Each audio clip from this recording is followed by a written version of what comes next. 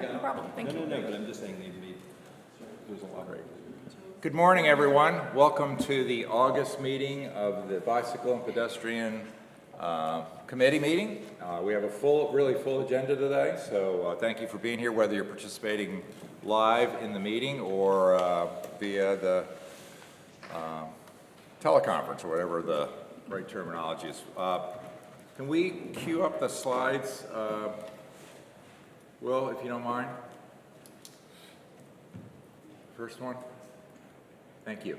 So just first order of business is just to formally begin the meeting. Do we have a session or a motion to start? I so move. Thank you.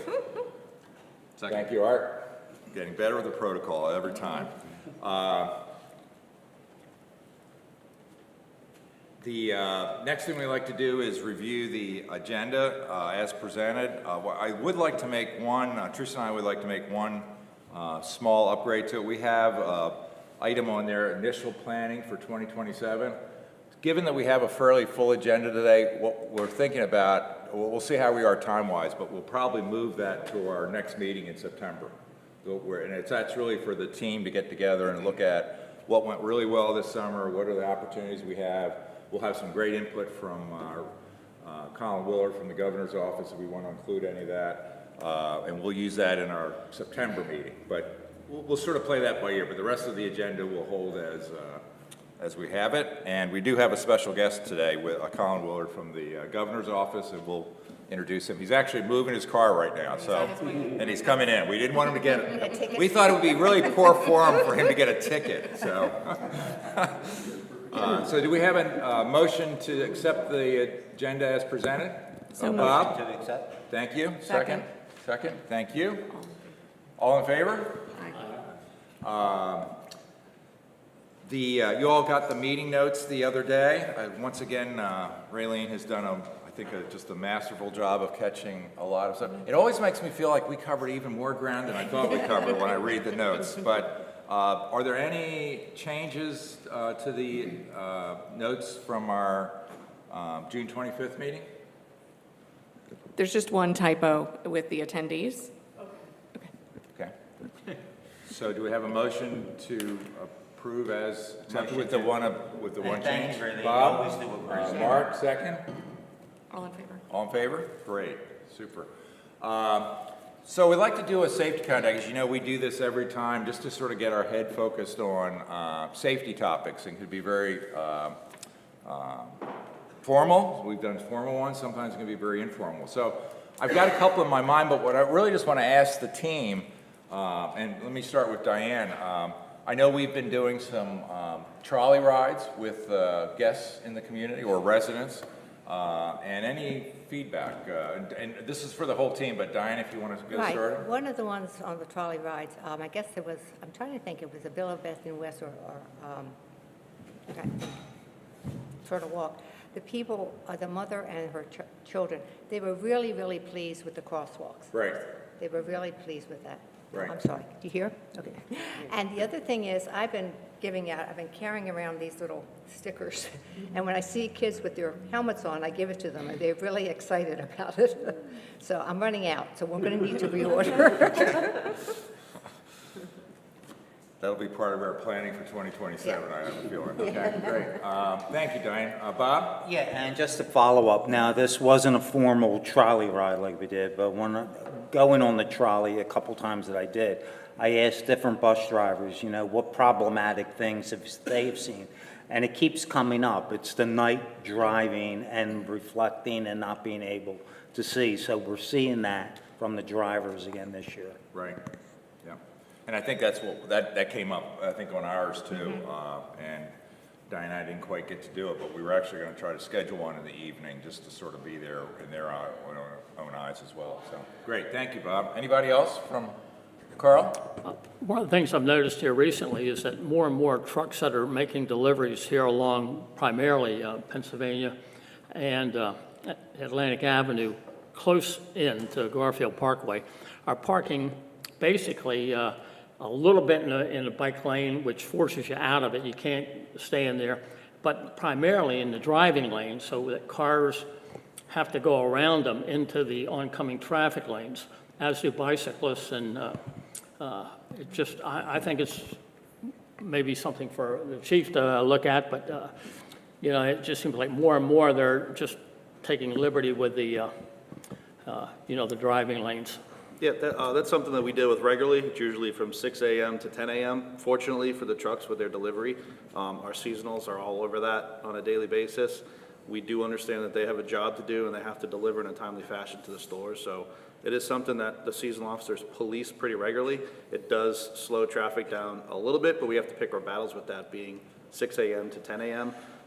It could be worse when they do their deliveries, but that is something that we deal with pretty often. Can you push them into the alleys? I know not all of those stores have alley access. You can't do that. Does that just create other issues? Yeah, the trucks are too long, like Cisco trucks, delivery trucks, they're too long. They can't get in or actually out with cars. Got it, okay. It is something that we deal with quite Okay. often, but. And that will actually come up, we'll talk about that a little bit later. One of the things one of our future initiatives, both for our team as well as particularly for the town, and we're looking at South Atlantic and North Pennsylvania particularly, just those, for a number of different, not just for delivery trucks, but just because of the congested nature. So I'm sure that will be something we'll include, Carl. Thank you. Anybody else from a safety share perspective? Okay, great. Thank you. So let's get into the next phase, town reports. I don't see Therese or Terry or Cliff, so we'll assume there's none here. Raylene, you want to jump in for either one of them? Nothing like putting somebody on the spot, right? I wasn't aware of anything particularly, but that's okay. Chief, Police Department, and let me give you the clicker.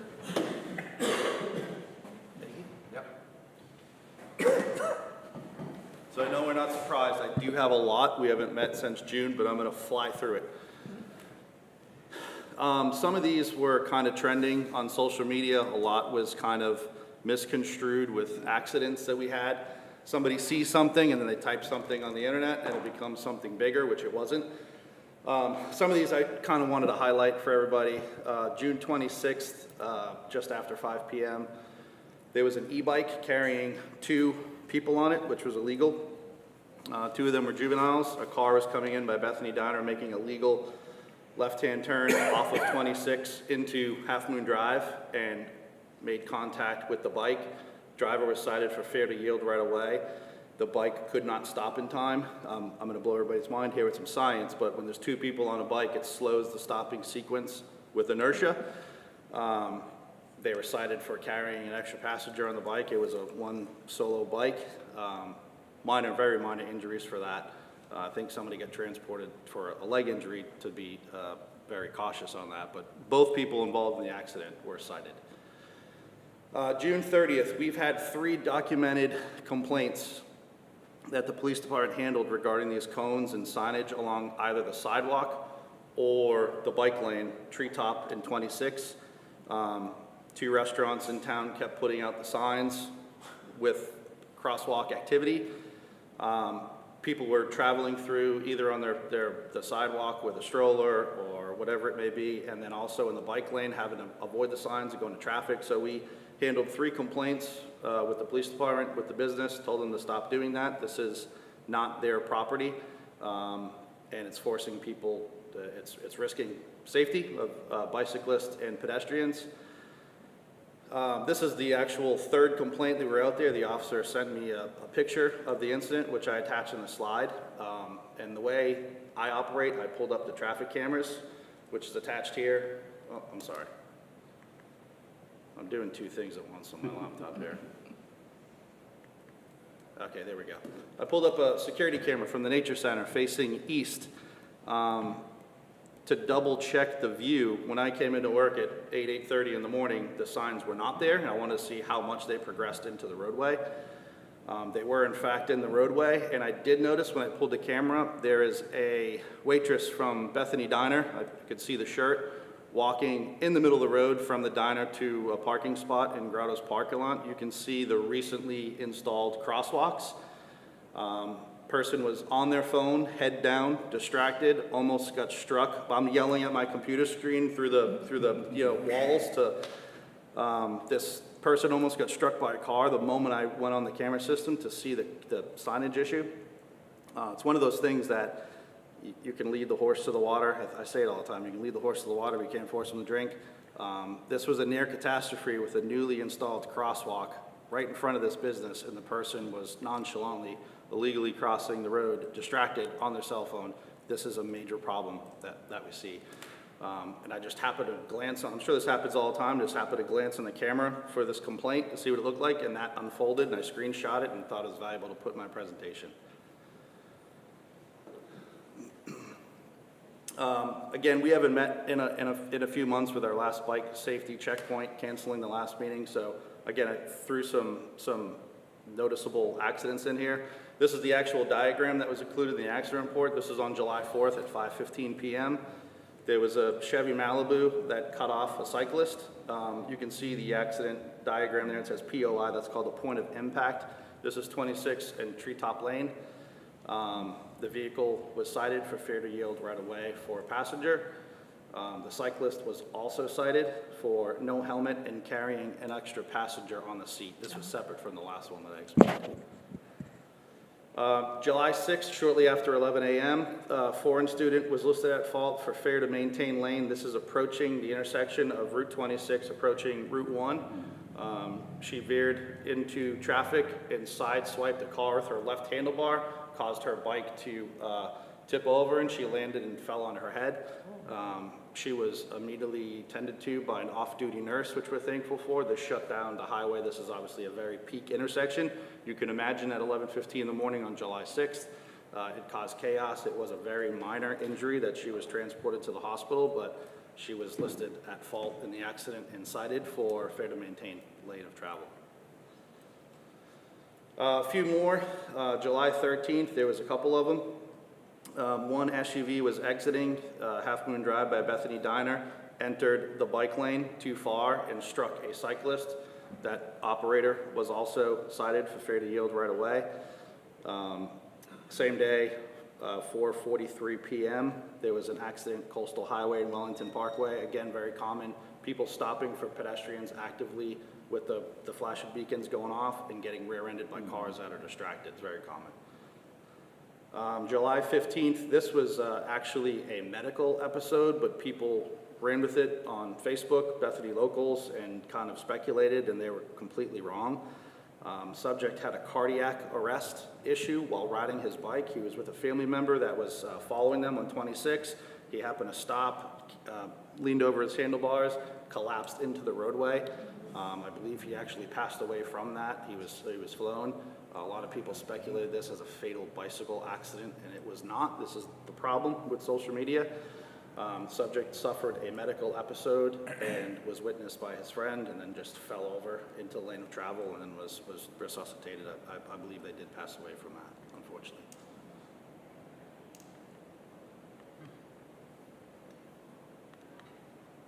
I think I'm losing it. There we go. All right, this was a very recent one we had. July 29th, just after 1:15 p.m., there was a cyclist coming through the town park, used the flashing beacons right here at 1 and Central, activated the lights, rode their bike through the southbound crosswalk, never hit the button again, darted through the northbound crosswalk, didn't stay in the crosswalk, which is illegal for a cyclist. You have to be a pedestrian and walk. The person navigated at a 45-degree angle through the intersection, traveling north.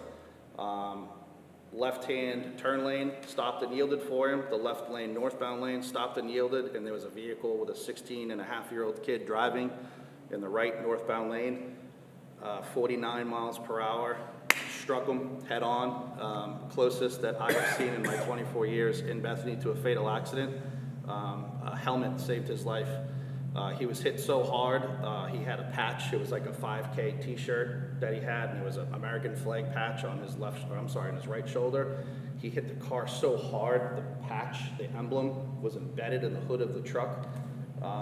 His head went through the windshield. It was a terrible scene. I responded to that. We flew our drone out there for that as well. Helmet saved this individual's life. He's home. He's well. We've checked on him. He unfortunately was the cause of the accident for navigating through the intersection illegally. The operator of the vehicle was also cited for speeding, 49 and 35, and he was also had some driving restrictions that he wasn't adhering to as well. His parents were in the car with him. Very sad event for everybody involved, but we had to take action. Both people were cited in that.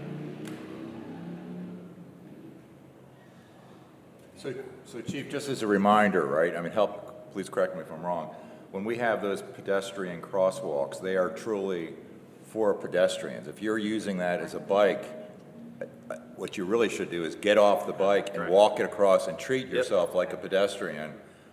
Then you can get over, once you get safely on the other side, you can get back on the bike and go up, That's right? it. That's what we tell our seasonal officers. That's how they're trained. When you're on a bicycle, you're a motor vehicle. So a motor vehicle is not allowed to enter that crosswalk as well. You either have to treat yourself as a pedestrian and walk it, which you see occasionally, or drive through that intersection as if you were a vehicle.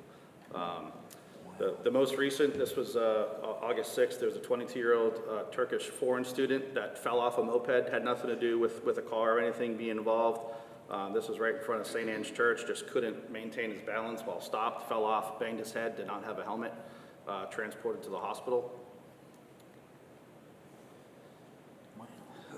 Another rear-end collision at Route 1 and Wellington Parkway. Motor vehicle was stopped for pedestrians actively engaged in the crosswalk, was rear-ended by another car not paying attention.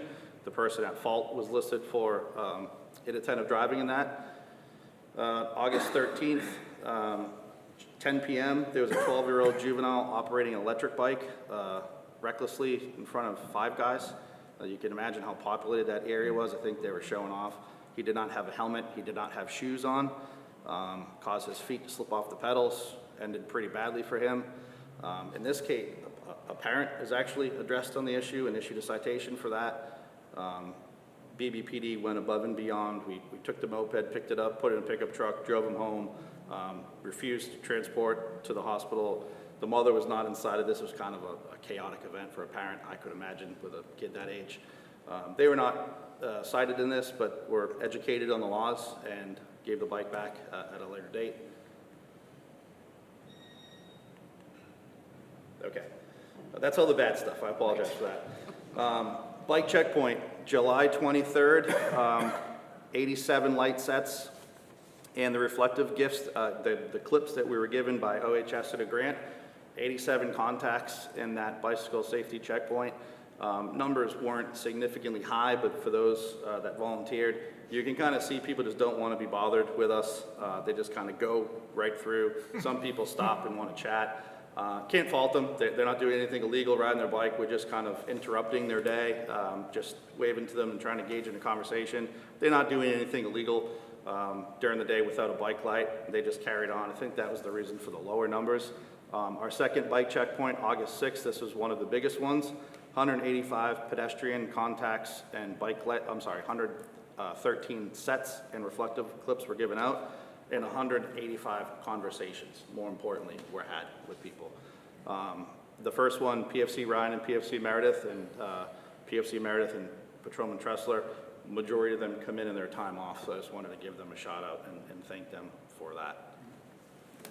And Chief, they do an awesome job, your seasonals as well as your officers, and that piece you highlighted, it's really about engagement. It's about the conversation, it's about the learning, and as much as we try to focus on infrastructure things, we'll talk about that. At the end of the day, it's about behavioral change and being aware of the situation and doing the right thing, right? So, but your officers did an awesome job. And we, all the team members too. I mean, these were all great conversations, so fantastic. I think we should also thank DelDOT. DelDOT's been coming for years, right, to do these two checkpoints every summer.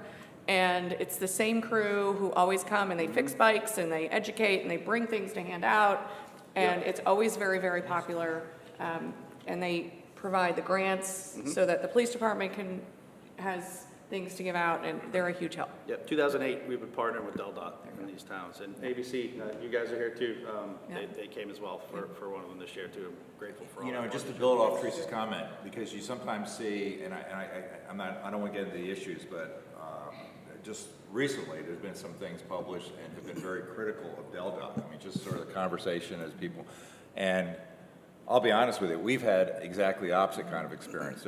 We view them truly as partners, right? And, you know, we have issues sometimes with timing and getting things done, but they're our partner in this. And and that, Teresa, what you highlighted was a great example of that. These safety flyers, we spoke, this was the police department's project, Creativity Gang, as we call them. 5 or 6 officers engaged in this. We made it local with a Bethany message, with Bethany cars and Bethany officers in them, rather than just the generic OHS ones we get. Brought this home a little bit.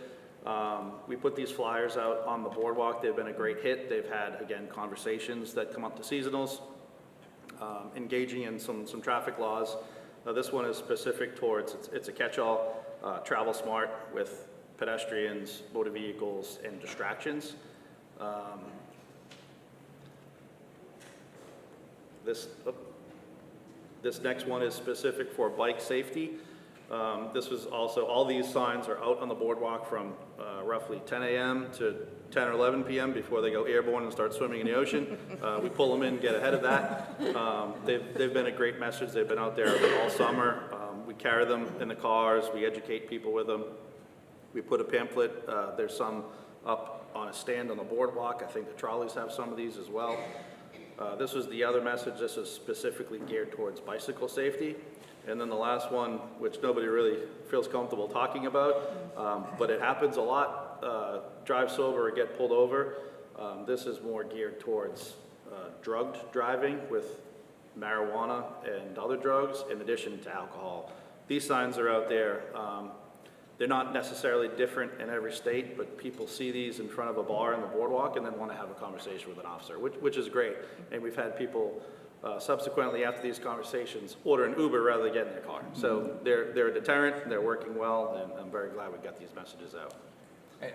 And Chief, can I just highlight one thing? These were examples of your, and I want to get the term right, you call it your imagination team? Yeah, creativity game. Creativity team. Yeah. Okay, can you speak to that just for a second? Yeah, I think it's a great so example of what you and your team are doing. This was kind of, I think, pitched maybe October workshop last year. We could very well simply call the Office of Highway Safety and get generic flyers, you know, click it or ticket, just signs that you see throughout the state on billboards. We could put those out in Bethany and do it at a regional, statewide level. We took it and ran with it locally. We have Bethany officers in them, Bethany police cars in them, specific messages geared towards the public coming from us. And they worked great. So the officers, I gave them, you know, 3 or 4 months to work on it. They started cracking. You can see some of these pictures here. We're taking during traffic stops in January. You can see snow on the ground. They were working on it in the fall, gave them something to do. Social media is very important these days. We put the message out on our social media platforms. In addition to what the state puts out, it's just a little bit more localized. People pay attention when they see a Bethany Beach police car and a Bethany Beach message. So it worked pretty well. There's 5 or 6 officers that engaged that, and I'm very proud of them for getting to this. Last slide here. This is our Office of Highway Safety Educational Outreach. Again, we work a lot of overtime, including myself, in addition to everything else that we do, and this is specific towards education. I've mentioned a lot of enforcement issues that we had that are specific to accidents and the causes of the accidents. We do ticket people. However, we also educate a lot. We don't always issue tickets. We majority educate the public and feel that goes a long way rather than, you know, $96 traffic citation. In June, 32 hours were given specifically towards educational outreach in 4-hour patrols that officers worked in overtime. We had 457 educational contacts with pedestrians and or cyclists just throughout patrol. Again, these are conversations that we had. We answer questions and just chat with people very, very, very briefly. They are trying to get from point A to point B. We just have a little chat, let them know that we care, and educate them on whatever they may be doing or may be leading to do against the law. In July, these numbers are really high, myself included. This was on July 4th night in the area of 1 and 26, Kent and 26. We had 2,862 educational conversations with pedestrians and cyclists. And again, it's significantly higher than June and August because we did do this on July 4th as well. August, through Tuesday this week, We had 32 hours, we made 362 educational contacts. I think we have 4 or 5 more patrols throughout the month, so that number will increase. This is all education, no citations are ever issued during this. These are all conversations with the public and questions they have in town, and this is roughly 3,500, again, conversations that we have with people based off education and not enforcement. That's the last slide. Thank you, Chief. Great report. Any questions? Yeah, can I Bob? ask a couple questions, Chief, and not to put you on the spot? Has this season been an uptick in accidents? There just seemed to have been a lot. Is this? No, have you it's just just, seen an uptick? it's always summertime. They're more prevalent in the summertime. I don't have the actual stats in front of me. There's more people in the roadway, there's more developments going in, so naturally more people come to Bethany. We have the most parking spots in the area. There's more distractions in the car, more distractions in people's hands. It does probably increase, and I can't get quoted on this, I don't have the stacks, but it increases very, very slightly every year. Okay, We so- certainly have more accidents in the summertime this year than we did in 2008. But the distracted driving, the rear end collisions for the flashing beacons, those generally stay the same. Okay.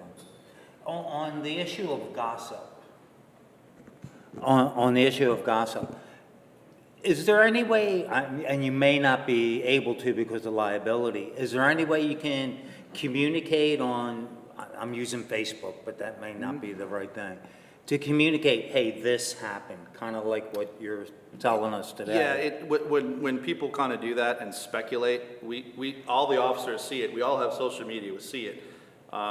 It's not really, I control the social media, what goes in and out of the agency. It's not good when there's speculation. If it's something that's monumental, absolutely, we're gonna get ahead of it and put the truth out there. We wanna let everybody know the truth Yeah. rather than speculate. It didn't get to the point where we had to intercede and say, that's not what happened, this is actually what happened. It didn't get to that point, but we do see it, we do observe it. People just see one thing and then run with it, and then it gets them likes and comments on their social media, which is very important to them. Yeah.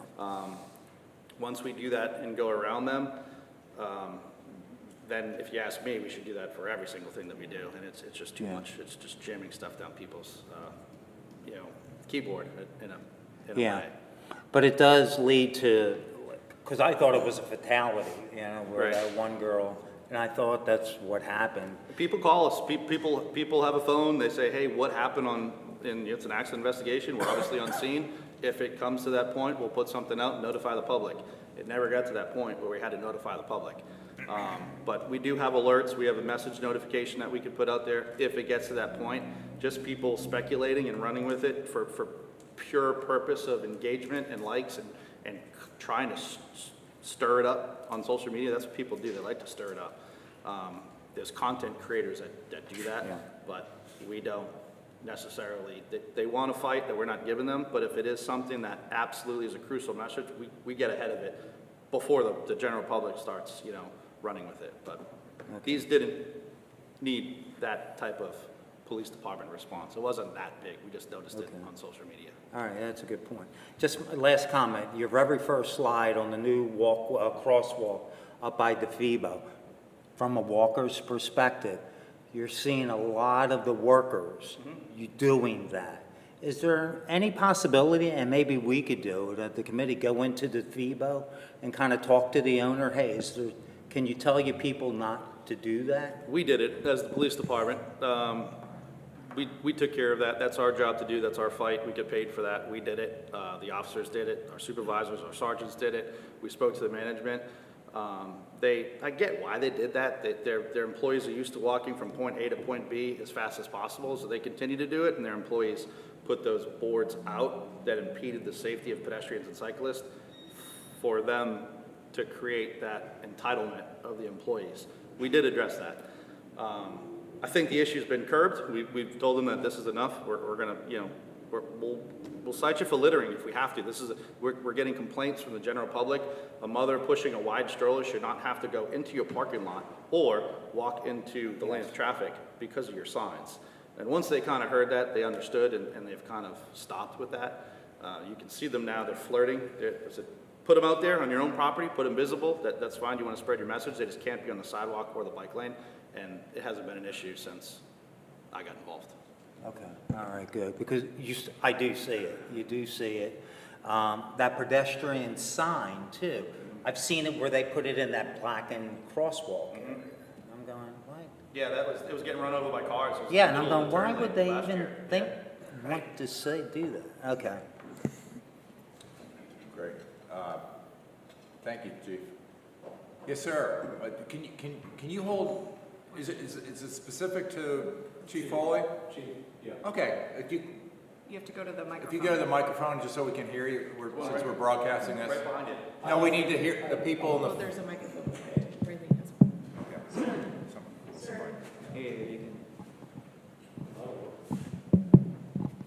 Thank you. Chief, I noticed with the incident reports, one was a student, one was a foreign student. Do you, and this is only a request, it's not a suggestion at all, if it's a J1 student, would that appear on your report? I think two of them were. One was a moped and one was an accident. They were both, one specific was the moped. That was a student from Turkey. Okay. And the other one was the bicycle that the left handlebar clipped a car and fell. She was specifically, I think she was from Kazakhstan. Okay, those were the two I was worried about. Just because working with ABC, we like to kind of keep up with our kids. Yep. And which would be our bikes too, and see if anything is like, so if it was a J1 student, is there a way for us to find that out? That's on the student. I mean, if you're giving them bikes and they're getting them damaged with negligent, that's should be on them to report that to you. That's your property. We don't have any obligation as a police department Okay, to that's what reach I'm- out, and say, if it was something that was serious, we've done it where we've called their employers, we've called their tenants, and nobody's answering the phone at 1 or 2 in the morning, and they get flown to Christiana. We will do whatever we take. We'll notify whoever we need to if it's crucial, but something like this that was not that major, the department has any obligation. If the bike's registered to ABC, we wouldn't, they're adults, so we're not technically allowed to with law. But if it was something crucial, we would absolutely reach out to anybody that we could get in contact with for that. Great, okay, thank you. Yeah. Okay.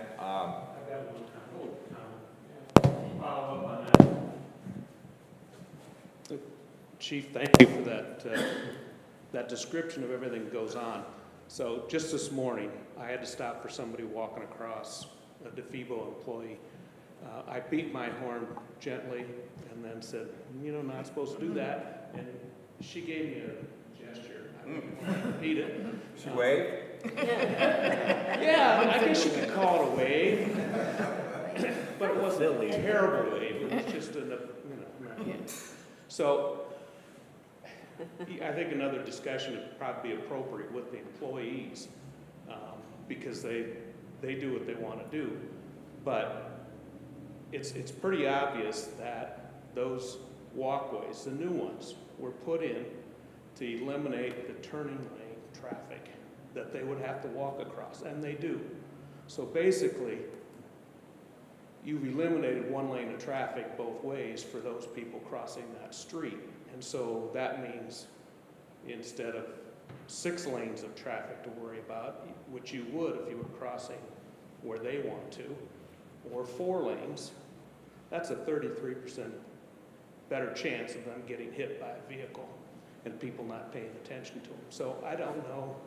And if I was an employee and they told me, yeah, go ahead and just walk across there if you want to, I would be suing them if I got hit.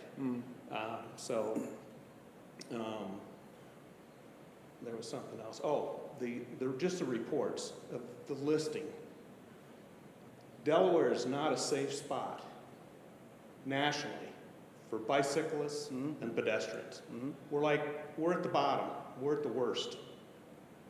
And part of it is because we have lots of people come in and they don't know.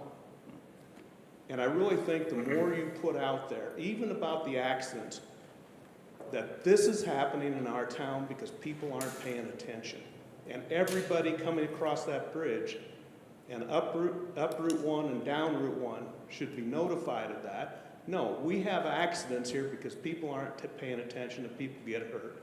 We need to let the public know that we do have these accidents, and not just in this committee. I think the general public has to know. We had 16 accidents. Whatever it is, doesn't make any difference. But I think because of what you guys are doing with all the contacts you're making, we're significantly less than Rehoboth and Dewey and Lewis and down the street here. So I just think it's a better thing to let everybody know what's going on. And I don't know how you do that. I'm not an expert on social media, but there's got to be a way people coming across that bridge and up and down Route 1 get to Right. know those things. Right. Thank you, Bill. Appreciate it. Just one comment, and I just to put this in the room, because I do feel very strongly about this, because we sometimes make the assumption people come here and they're doing things significantly different than they do back wherever they come from. And I don't buy into that. I think people's behavior, whether it's Baltimore, Philadelphia, Kent County, whatever, they're doing the same thing, in terms of following bike rules, helmets, direction. It's not different here, right? It doesn't make sense that somebody would come here and blatantly violate because now I'm in Bethany, I can do something different. That doesn't make any sense. So, Bill, I'm back to your point, right? It is about communication, it is about engagement, but there's a bigger issue here. And part of what, Colin's going to talk about is just thinking about the big picture at least from a Delaware perspective. So I just wanted to throw that out because we can't solve it. We're trying to address, engage with people, but these are not things that are endemic to us, right? If you look at the other towns, they're all struggling with the same thing, right? So it's not an answer, it's just a statement more than anything else. Thanks, Bill. Thank you, Chief, as always. Excellent.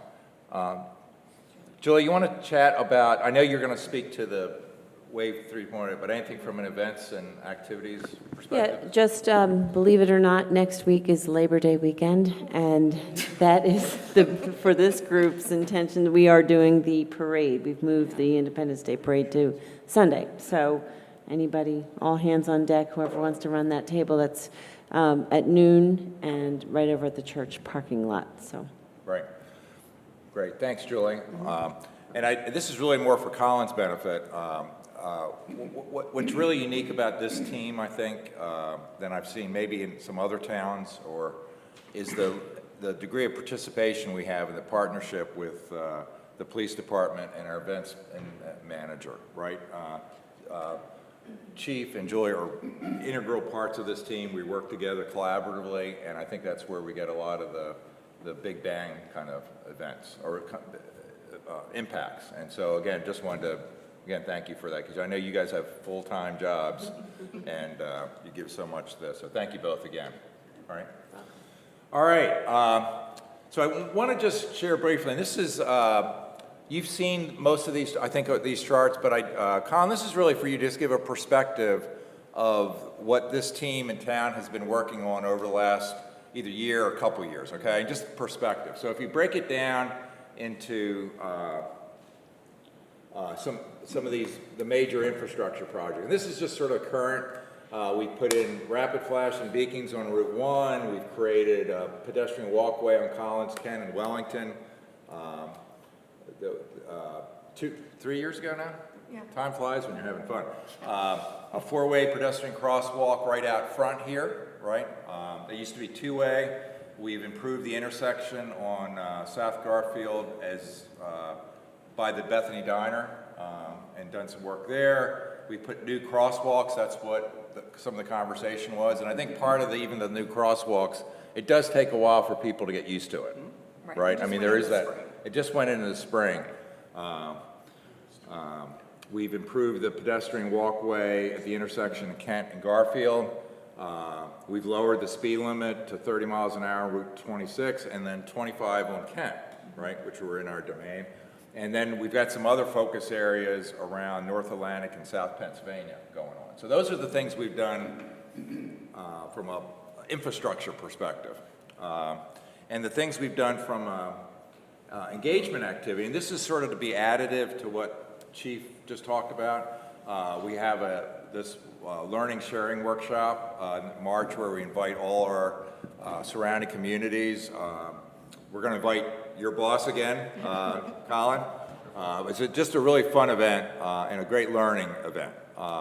And it sort of kicks off our year. We support the Ocean to Bay event, the Poseidon Adventure we talked about, or the festival, the J1 Student Safety Seminar. Key partner of that is ABC, the Mariners Bethel group, just a great group. St. Martha's dinner for the J1 students, the trolley ride-alongs, the sponsorship of the bicycle safety checkpoints. Again, the chief and his team do it. We just sort of help out and try to be in more voices. We partner with the BBLA on safety walkability studies. They've done 2 really nice projects last year and this year, and they're going to be giving us some feedback on that. And we've got the participation on the Independence Day Parade, which is now going to be in September, as Julie mentioned. But these are just ideas of some of the things we try to do to engage and talk to people, right? And this is in addition to all the one-on-ones we have with folks. But Colin, we're trying to go at it from sort of bricks and mortar as well as hearts and minds, if you will, is sort of the thinking. These are just a couple photos from the workshop, just to give you a sense of this is one of the ABC team members, Tony Vig. He was actually doing a workshop with the students before they got their bikes, right? So it was a sort of a thought-provoking session, and then they went out and actually had to apply their skills. This is from the St. Martha's reception we had, and the key here is we really tried to, as we walked around, while they came to us a little bit, our team broke up and we literally walked each one of the tables and just chatted with folks, right, about it, you know, and raise their awareness and like. These were, I thought, some just great photos from this bike safety checkpoints and the impact Chief and his team are having. And so that's sort of that summary. So our next part is around, we're pleased to have with us Colin Willard, from the governor's office. He's your policy advisor. Teresa and I met him at a dinner In Dover, in Cheswell. Yeah, the Delaware League, a local government dinner. We were just sitting and chatting, and he had a lot of energy and enthusiasm, and we said, we got an idea for you. and that literally was like 2 months ago, so this really all came together really well. So Colin is, he's got his master's from UAD with urban affairs, public policy, with a master's thesis on walkability. And that really caught our attention when we were chatting with him one day. I said, yes.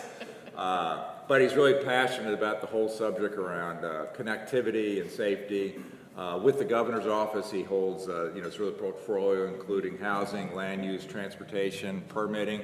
But the real key one of the key ones is the liaison with local government affairs. That's why we met, and he was just extremely willing to come and chat with us. So, Colin, I want to give you the stage. I know you've prepared some great charts and discussion items for us. So, if you can talk from the podium. Here's a clicker for you. Sounds good. Appreciate it. Thank you. Yeah, absolutely. Thank you all for having me so much. Really, really happy to be here. Always glad to have an excuse to come down to the beach for the day. I live up in Wilmington, so anytime I can get down here, I'm always happy to. As Mickey mentioned, I am a policy advisor with Governor Meyer's office. I have our local government affairs portfolio, so I do a lot of outreach to the local governments, meeting with mayors and council members and managers, and then just keeping track of what's going on, all the great projects happening in all of our 57 towns and cities. So I've got a little bit of a presentation for you guys here today to talk a little bit about the governor's priorities related to active transportation, bike and pedestrian safety, more generally kind of talking about land use and development and the ways that we can kind of orient our built environment to make sure that people are safe when they're getting around. So I built in a couple questions for the audience here. I'm not sure if I'm able to do that with the public comment format here, though. So We can do it with these folks. We can't do it so much with the folks online. yeah, But sounds good. Well, Yeah. perfect. Okay. So generally speaking, wanted to kick us off just by talking a little bit about Governor Meyer and his thoughts on active transportation. Shortly after he took on the role as governor, he did an article with Delaware Today talking about his passion for cycling. The governor does bike races. Some of you may be familiar with Wilmington's got the Grand Prix every spring that they host with the Monkey Hill race in Brandywine Park. So if anyone's familiar with that, the governor takes part in that. He loves doing that sort of stuff. He'll ride his bike anytime he gets the chance to. And I thought he has a really good quote about this. It's a win-win-win-win, he calls it. 4 different ways he kind of thinks about it. So he views cycling and active transportation more broadly, I would say, as a huge benefit for health. Obviously, I think folks understand being active, getting out there and walking or biking. It's good for health. It's good for people's mobility and things like that. So. Yeah, I'm sure many of you are familiar with the benefits of active transportation for sustainability. Vehicles have a lot of emissions. Transportation is one of our highest sources of emissions if we look at the whole spectrum. And so if we can look at ways to incentivize people to walk or bike, obviously we're interested in that. There's an economic impact as well. Car ownership is expensive. Costs a lot of money to own a car. It costs money to maintain a car. It costs money to insure a car. And a bike offers a suitable alternative to you if you don't have that kind of money. And then, just generally, I think quality of life. When people are out and about amongst it with each other, walking around in a vibrant, lively kind of atmosphere, that does great things for our downtowns, for our communities, for places like Bethany Beach. And so, I really appreciated Mickey gave the overview on how you guys think about this, kind of breaking down both the infrastructure components and the education components. I think Governor Meyer is all on board with a lot of these education components that we're talking about, but he really thinks a lot about the infrastructure and about our built environment and about how we can, kind of build and redevelop and improve the existing environment that we've got, whether it's the transportation assets, whether it's land use assets. So there's a lot of different things, and we view this as a really holistic kind of sense of thinking about this. So obviously, right, like I'm sure you guys talk a lot about different traffic calming efforts or different, design techniques that might be good, all of those sorts of things. And I think, there's a lot of work that engineers do every single day to think through what a road should look like or how it should be designed and how it fits for all different types of roadway users. But, we can only engineer so many solutions. I think, what Chief, kind of explained with a lot of the different accidents and things like that, I think what really makes it clear is that, when we have cyclists and we have, vehicles mixing, that can cause a lot of problems. A lot of things can go wrong in those instances. And so, from our perspective, we think about what can we do to make sure that both, vehicle users are safe and also the cyclists are safe. And I think one of the best ways to do that, is doing things to separate those two users, within the roadway and make sure there's some physical barriers in place to keep people safe. Cars continue to get larger. You guys can look out here, I'm sure, talking about comparisons between 2008 and now, one of the major comparisons we have is the size of vehicles. The size of the trucks that you guys see driving in and out of Bethany Beach nowadays are twice the size of what we used to have in a lot of cases. And so, the more challenges, the more distracted driving that can happen, the more challenges. So doing things what we think is doing things to, incentivize people to, walk and bike. Obviously, there's a lot of safety components that get into it, but one of the best things you can do is just put them close to their destinations that they want to get to. And so I'm going to talk a lot about kind of that today and a lot of the things that we're doing in our office. I'll have a couple things at the end of our presentation, too, about some of the legislation that the General Assembly passed, and we'll talk a little bit about some of those components. And how this all factors into bike safety and walkability. So I guess one of my interactive components of the day today, as a general question, I'm curious what you guys think. You know, every time someone is planning to go to a destination, they're going from one place to another, they're making a choice. They're making a choice to get in the car, they're making a choice to walk, to bike, to take some other form of transportation, maybe to Uber. What makes people choose one over the other? Convenience, absolutely. Time, it's a big one. Safety? Safety is absolutely one of them, yeah. In the summer, in these beach towns, it's financial. Financial? Because we meter the parking in the summer. Of course, yeah, that's another component. Yeah. Yeah, so there's a lot of inputs, right, go ahead. I would think that what you said before, people aren't going to do things differently here than when they do at home. I think there's probably a lot of people that are cycling here on their vacation that don't get on a bike at home at all. And I know that my husband and I are both avid bicyclists and are involved with the Sussex cyclists. And we've done the Ocean to Bay ride, and we see people biking on Double Bridges Road, which would be great if it had bike lanes on it, because people see people doing that at the Ocean to Bay, and then they think they can do it. You need to talk this way, because that's not our road. That would be a great bike route if there were bike lanes on it. It might actually decrease some of this. Yeah, absolutely.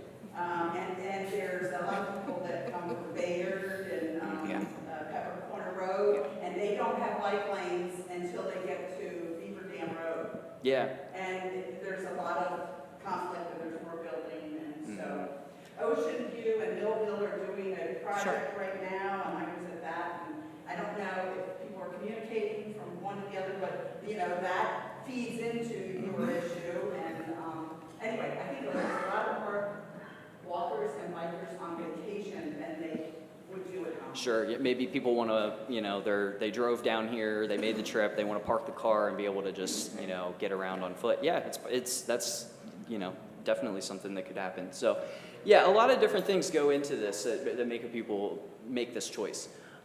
There's been a lot of research into this, actually. And so, you know, Mickey mentioned that I wrote my thesis on walkability. So what I did when I was at the university, you know, I took a look at a lot of the planning documents. I used Newcastle County up in the northern part of the state to kind of, for the analysis, but you know, looked at different comprehensive plans and different kinds of, you know, area plans or master plans, and took a look at how people think about walkability. How do they think about planning for this sort of thing? What are the elements that they're thinking about when they're putting recommendations into plans and things like that?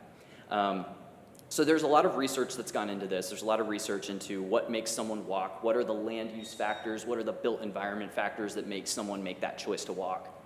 And it's broken down into a couple of different ways, both in the conditions that produce this sort of environment and then also in the outcomes that people seek.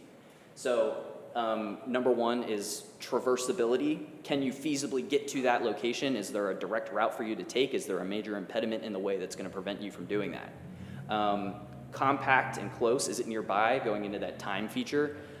You know, proximity to your destinations is a big component too. You're not going to walk somewhere that's, you know, an hour walk perhaps when, you know, there's another spot that's maybe 5 minutes away. Safety, big one of course. Can you get there without risking injury? And this might mean both traffic safety, but also in an urban area, maybe it means physical safety. Maybe it's night and, you know, it's an unfamiliar neighborhood or something like that. And then another one that's a little more subjective, but physically enticing is kind of the category. Does the route offer you a pleasant experience while you're walking? Are there interesting things to see? Are there things to interact with? Are there shops you could maybe stop in at? So some of the outcomes that people seek are, you know, a lively and sociable environment. I think you guys have that in downtown Bethany. Exercise inducing, maybe people are doing this because they want to double up and maybe get some exercise done while they're also getting around. And then also, you know, the sustainability factor. A lot of people do choose to make that choice, you know, to not drive because they care about sustainability. They want to lower their emissions, all of those sorts of things.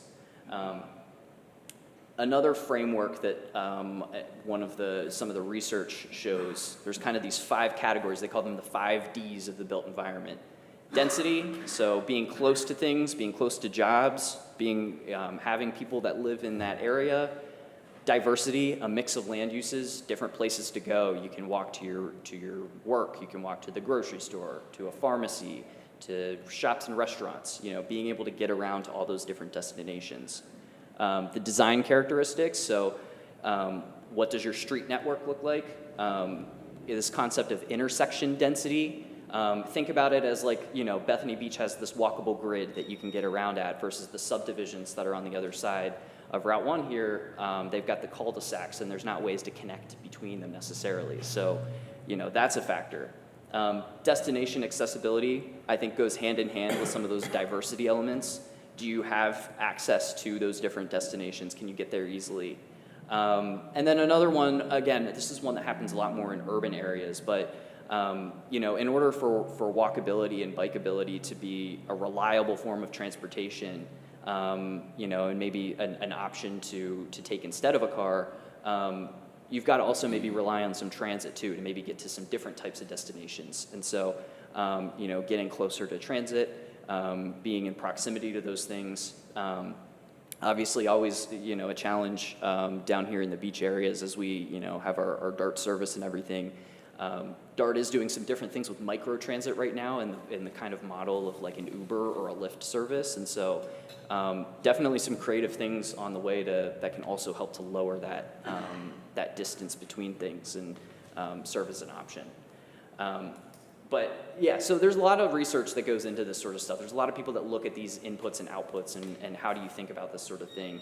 And I think the point I want to share with you guys today, I think, mainly is that when you think about these sorts of factors, and especially when you put destinations in close proximity to people, there's less conflicts that they're going to have inherently with different, either with traffic, either with intersections. The closer things are, the less travel distance they have to go, the less interactions they have with cars, the less exposure they have to something that could produce an accident. So I took a couple screenshots. I've got one here of the Georgetown to Lewis Trail, just to kind of highlight to you guys a little bit about what we're kind of thinking about and how this kind of feeds into where the governor thinks about these sorts of things. So this route here, some of you may be familiar if you're familiar with the Lewis area, but this is right where the Georgetown to Lewis Trail crosses over Savannah Road. I think this is a really good area to talk about in this context because this has a lot of the elements that I just mentioned. You've got commercial destinations, you've got Station on Kings, the Lewis Brewing Company, you've got the ice cream, the creamery down there. All of those right on the trail, great proximity to that. You've got easy access to those commercial destinations. You've also got some institutions nearby that folks can use the trail to access. You've got the middle school, you've got the library is right there. You've got a connection to a broader network as well. That'll, if you cross over Route 9 there, you get on the Junction and Breakwater Trail and you can go in a different direction. So connecting to that larger low-stress network is really good. It's a low-stress environment. You're not in a lot of conflict with vehicles. Those crossings are very clearly marked out with those hawk beacon flashing kind of systems. And it's a physically enticing trip. There's a lot of cool things to see on the route. You've got, DelDOT's done a really good job with the landscaping on the route, I think. So this is just an example, one context of the built environment. Obviously, you see as this goes into Lewis, though, this isn't even quite the downtown core of Lewis. So you can still do this type of development that works for bikes and pedestrians without needing to entirely shove it all into the downtown core necessarily. Obviously, I had to grab a screenshot of downtown Bethany Beach as well. I think this is obviously another great example of a place that works and is successful for bikes and pedestrians, even with some of the challenges that Chief talked about. So, again, proximity to destinations. There's a lot of different commercial activity that goes on here. There's a lot of diversity of businesses. There's a lot of different things you can go and check out. You've got institutional destinations. You can go to the park. Maybe there's something going on here at, at Town Hall. Maybe there's something at the History Museum, for example. So there's lots of institutions you can get to as well. And differently than my other image, you've got that compact development here. Compact development is really important because it puts more people closer to their destinations and means that they've got to, cross less distance in order to get there. Thinking about that time factor or that distance factor and why people choose one or the other. If you're looking to drive more people to make that choice, compact development's pretty much the best thing you can do. It's also a very lively and sociable, environment. There's lots of people out and about. There's lots of people to talk to, people to see. Maybe some people that are willing to give you some bike lights, for example. Lots going on there. And then that intersection density too. The fact that you don't have to walk, a quarter mile down the road and turn left and then double back so you can get to your destination.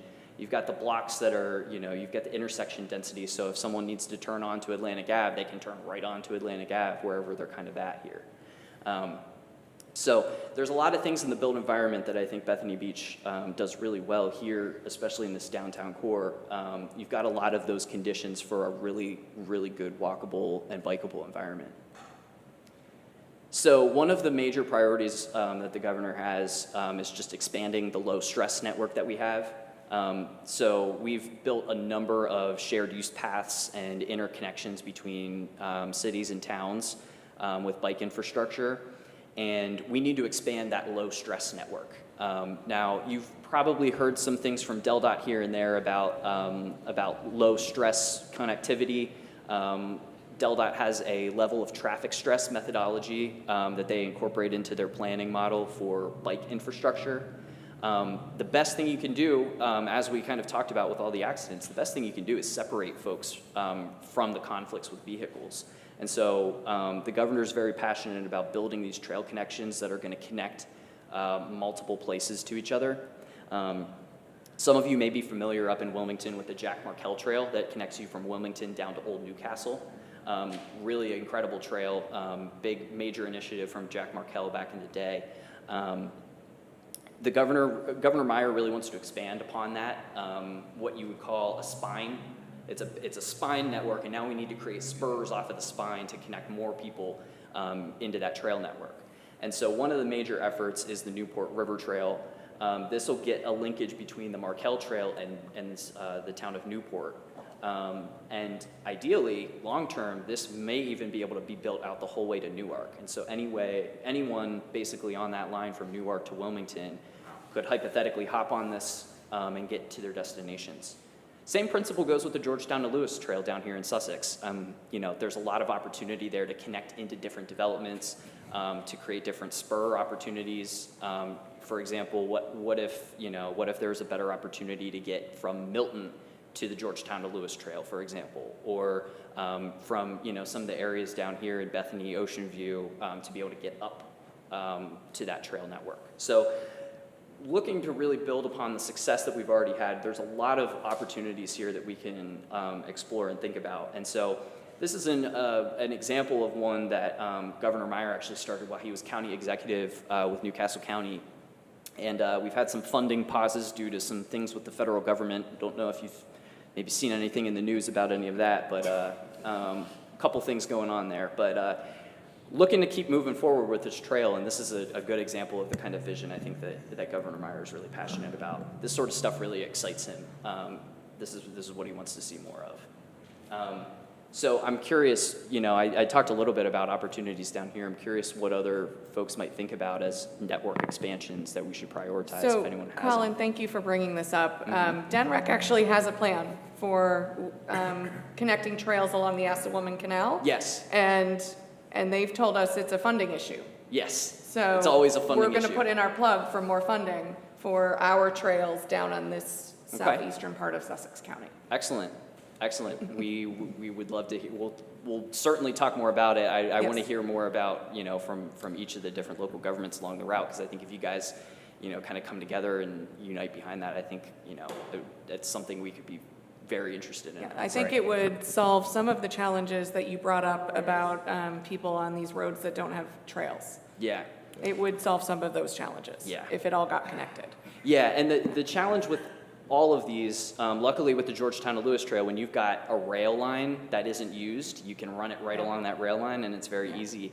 When we don't have the rail lines and that right of way, it can be challenging. And so the big challenge with a lot of this stuff, going back to the funding conversation, it's tough. It's tough to do because we've got to, keep up with development, make sure we're keeping up with road capacity for all our drivers, but also, recognizing the importance of offering different opportunities for people to choose a different way of getting around. And these types of projects are what really shift that. Because if you think about it, like maybe you are one of these people who, is here for the week and they're visiting for the week and, maybe they're taking that chance and getting out on the bike. A lot of people aren't doing that though because they don't feel safe in that sort of environment. And maybe that's the smart thing to do, honestly. But if you can give someone an option like this to get around on, separating those modes, not only will that separate, people from traffic, but it could also make people make that choice to get off the road instead of driving. So yeah, there's a lot of really, cool opportunities that we could think about across the state with this sort of thing. And I think Governor's very interested in what we can do with the network. Dan, Colin, we have a couple members of our team, Dan and Carl, that are very sort of our point team members for that. It sort of builds this idea of the connectivity, but you talked about Ocean View and Millville, South Bethany, Fenwick, whatever, however you want, or further inland. Do you have any suggestions because these get beyond Bethany is a square mile, right? A square mile north and south, square mile east and west. I mean, but people typically that are biking or walking or running are typically going outside that square mile. We're interacting and engaging all the time. It almost feels, and I think that's what Carl and Dan, I don't want to speak for them, but sort of ran into a little bit, was how do you create the kind of connectivity, literally the connectivity amongst the teams or the towns or even unincorporated areas, right? Yeah. That can give input to, an emphasis to the governor's initiatives, right? It's one thing to say we want to do it. The challenge, I think, again, Carl and Dan, I mean, you all have stepped up and helped lead this for us. It's the challenge of how to make all that connect and work, right? Everyone sort of looks at each other. And it's like, who's going to get started? It's like everyone's, I know. Do you have any thoughts around what's the best way to go about that? That would be really helpful. Yeah, so I mean, number one, I think that is an area where, the state would want to step in and be helpful with you guys to be able to facilitate that sort of thing. Oftentimes whenever there's large scale plans like that, there will be kind of, task force or commissions that are kind of created to, or, in other areas, I've been part of monitoring committees before that after the plan is created and published, the monitoring committee stays engaged, includes a variety of members from across different organizations that are impacted, and, that group is basically tasked with getting the ball rolling on some of these things. And so that would be my suggestion is I think once we get down the road to that point, we're currently doing something similar to that with a study on Route 9, a little bit farther up north here. So Sussex County and a few of the, different local governments and entities are all kind of coming together to plan around Route 9 and what kind of improvements need to happen along that corridor, to accommodate the growth that we're seeing and stuff like that. So I would think applying a similar framework to do, to track build out of something big, especially if it's going to be something that's going to connect multiple municipalities. We'll have to coordinate. So a lot of this has already been built out. Okay. So there isn't a huge development that would necessarily trigger the process you're speaking of because that process didn't exist when these places were built. So now it's going back and trying to and a lot of it's going to be Sussex County, honestly. Right. Because a lot of what we're talking about is south and west of here, and that's unincorporated Sussex County. Yeah, and these efforts can be difficult because you have to be strategic about where you're going to start. It's important to have a good start with a good, beginning and end, because if the project gets stuck for any reason, you at least have that segment that can still be valuable to some people. And so a lot of times, a good example to look at, honestly, is like Pennsylvania and how they do these in Pennsylvania, because you've got very, very independent townships that all connect and boroughs that all connect to each other, and they're all, they've got to kind of work together to coordinate these sort of things. And I know with a lot of efforts up in Pennsylvania, honestly, it's a lot of volunteer efforts that build out these trails a lot of times, and they'll, maybe at one point they can't get past a disagreement with a property owner, and that part of the trail has to sit for a certain period of time. That's the realities with these sorts of things, and that's why a lot of folks, I think, in the past have been reluctant to kind of look towards these shared use paths and trail connections and things like that, just because it can take a while and you've got to be patient to see it come together. But I think given the fact that, accidents keep increasing, we see it at the state level, fatalities have continued to kind of creep up year over year. And so at a certain point, we've got to look in the mirror and think, is what we're doing working, or do we need to think differently? And, some of those require some tough challenges to navigate around, but yeah. So Kyle, let me just build off that just a little bit more. Would you recommend, or I'm sort of throwing out an idea maybe, if we were to get together with Millville, Ocean View, Frankfurt, whoever, and actually maybe sit with your team, the governors, or whoever, and say, here's what we're thinking about, right? No definitive plans, but we're trying to do what exactly you talked about. We're trying to create this interconnectivity of these towns or unincorporated areas. What was Dan, you were talking about that path that goes down to... Down Central? Central, no, but on the back... Double bridges? Double bridges. What do you call that? You had a name. Huh? Death row? Death row. Suicide lane. Because it's a road that people want to bike on to get to the Assawoman Canal and other stuff back there. Sure. There's literally no room. There's Yeah. no room, and Yeah. it's just fraught with potential issues. And that would be a great one to say. It would seem like, what can we do there? On Yeah. a path or trail or something. So Yeah. Yeah, I mean, I think there's a couple directions this could go in. I mean, obviously, DelDOT takes, a lot of, they've got a lot of efforts underway to build their multimodal network utilizing their street and road network. So, it really depends on what the pathway and what the alignment is going to be. Like, for example, DelDOT is building the Georgetown to Lewis Trail, even though it's not quite along the alignment of the entire, roadway. So it kind of depends upon who, what's all involved with it and where it would kind of go. And that would kind of determine what agencies are involved. But, I mean, yeah, at the very least, I think, it sounds like a great conversation to have. Yeah, so. and the idea is just to get the right parties in the same room and create that synergy, that energy to say, you know what, I don't know how we're going to make all this happen, but here's what we would really like Here's to what see. you'd like. And then you just start piecing it out, right? And then it might take 10 years, but at least if you don't start now, You got to start somewhere. Absolutely. we're not going to get there. And that's, Absolutely. I think, something we'd all be pretty excited about. If Yeah, we well, had and input. again, this project's a perfect example of why that that mindset of pushing it off because it's going to be too hard to do the whole thing, like that's this project is still connecting a large portion, and it serves as an independent kind of component unto itself. If you can think through and phase out a project over time, there's definitely opportunities. Mickey, So- can I jump in? Please, And Dan. Colin, I don't want to interrupt your presentation because it's really good. And by the way, you need to tell the governor some of us think he did good when he put you in this position. Appreciate it. I'm haunted by the movie Jaws and the police chief Brody, who once said, "We need a bigger boat." And the trouble that I have with a lot of the stuff that we see, and I'm scared by so many of the reports that the chief gave us this morning about what's happening right here, is that it's getting worse. And there are kids dying, there are fatalities that are increasing. You mentioned that, and I understand that, and I agree with you. But if we focus on one area or another area,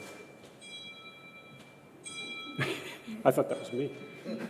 I think we lose an opportunity to really get the bigger picture in mind and clear, and then figure out a strategic plan, which I think is what Mickey has described. And to be candid, you and I have had a couple of exchanges, I think, here on email about some of the ideas and the ways to do it.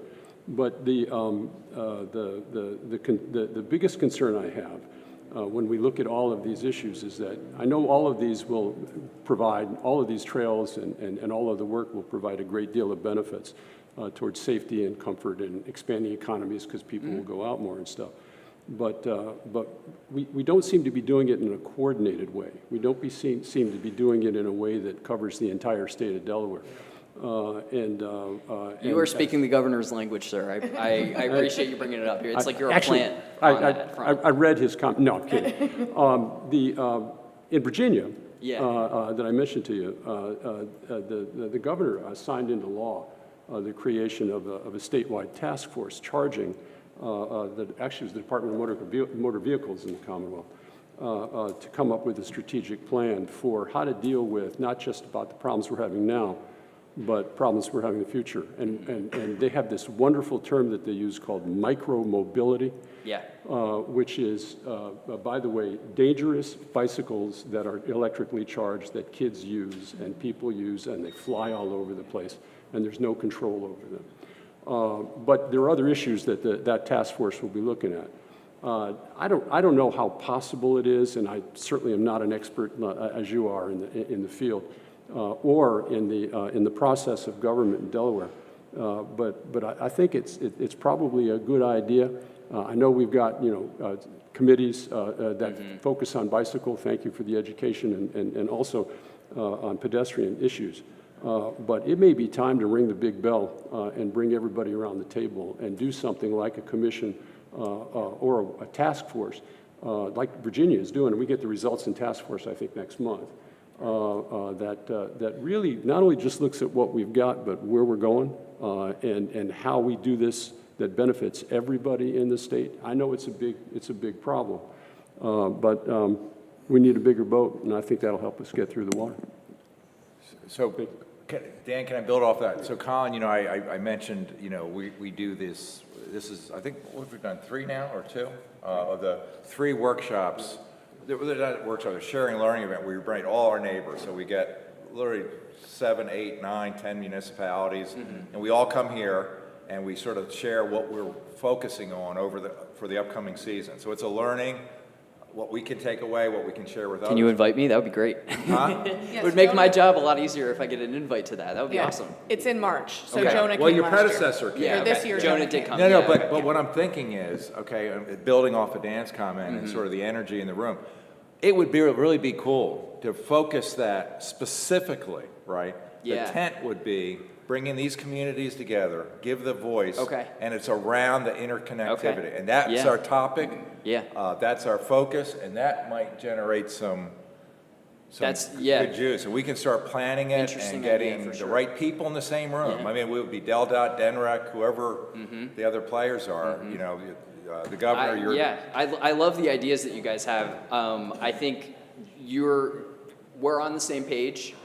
All I can say for now is stay tuned. We're thinking about this, and there should be some more information that you guys can think. We'll see in the coming weeks. But yes, for sure. Especially on the idea of coordinating and doing a better job at understanding and making sure that it's done in a sequenced and coordinated way throughout the state. That is a big priority of the governor's. There was a report a couple weeks ago that came out about funding from the legislature, pretty much predominantly only going to Wilmington and Dover. And that's something that it bothers me, it bothers the governor, and I think it bothers our whole team. So, absolutely. I think that's spot on with where we kind of want to go with things. And so, stay tuned.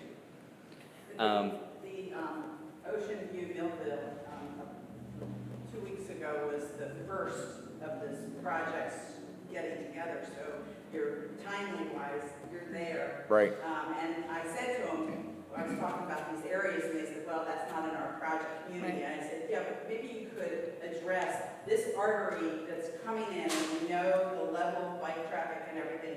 Can't we punt that information to that community that's right next door? Right. That would be helpful to them. Well, that's the whole, that's what we hope to gain out of this March event. You know, that everyone's in the room, and if they can share the results from this meeting, and then the rest of us all hear it, right? Your project is 9 months long and it just started, so it's just. But again, let me just come back, the fun part about thinking about this, all right, I get fired up about this kind of stuff, right? You think about March, right? We know in advance, that's what the focus is gonna be, right? So it's not gonna be as much about just the sharing, let's focus on, let's generate some energy around this interconnectivity. What do we need in advance? Who do we need in the room? And let's get the ball rolling, right? Okay. And that ties in with, that helps with the, sort of the coastal, it doesn't solve Newcastle County and. Right. But it will give a big step Oh, yeah, in the absolutely. right direction for the coastal communities. So, Great suggestion. Yeah, Cool. absolutely. So, Carl has, I'm sorry, Colin. Oh, it's one more okay. comment. Go ahead, Carl. I'll bore you a little bit with some numbers, but there are 13 states between New England and the Mid-Atlantic, 356 counties.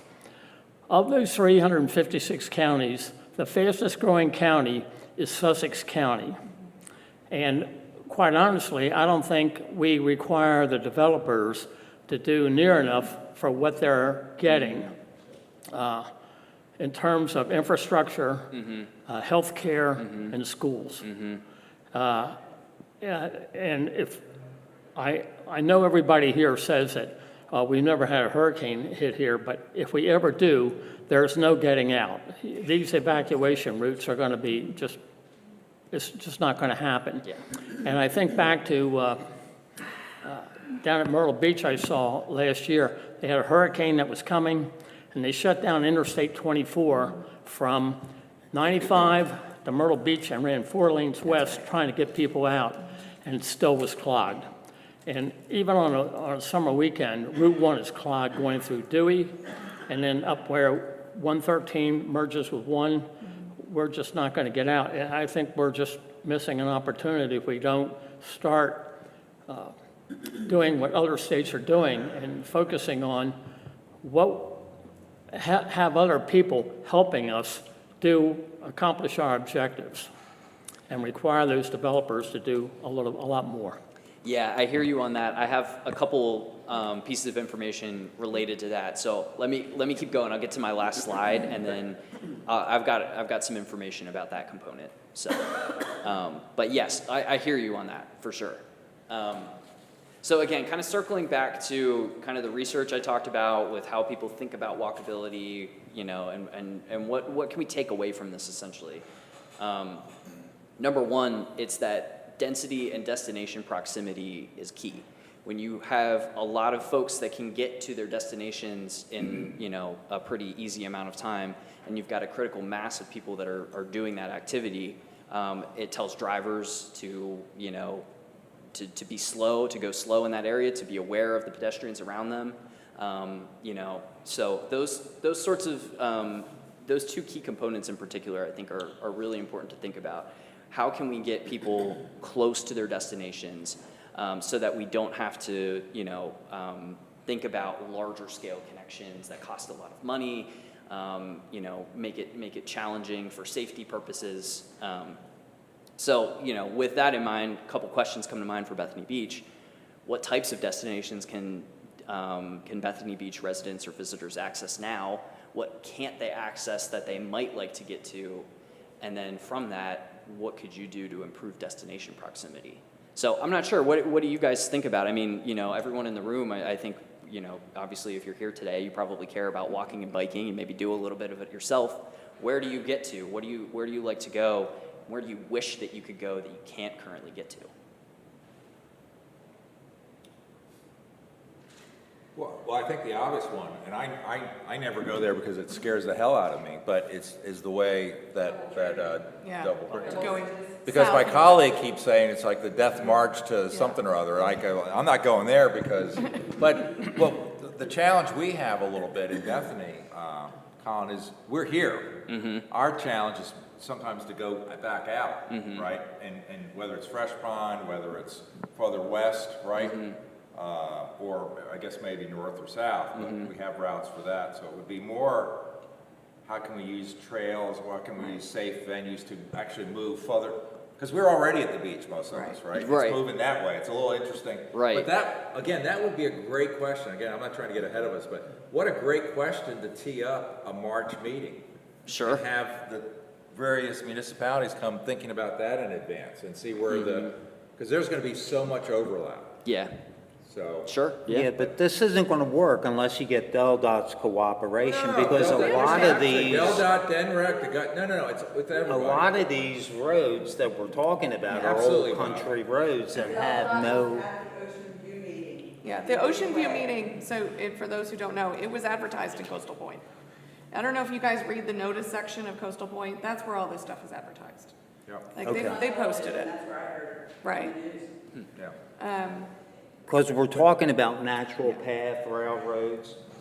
This is our railroad. sure, yeah, it is. 1 and 26. Very much so. This is our avenue, this is where you get a lot of the activities that go on. We don't have anything else down there. Well, and so my point with you guys here today is that, like Mickey said, you know, there's a concentration here of people that are at the beach here. Right. It's difficult to make those connections to other areas. So you got to maximizing what you've got here in the footprint that you've got here.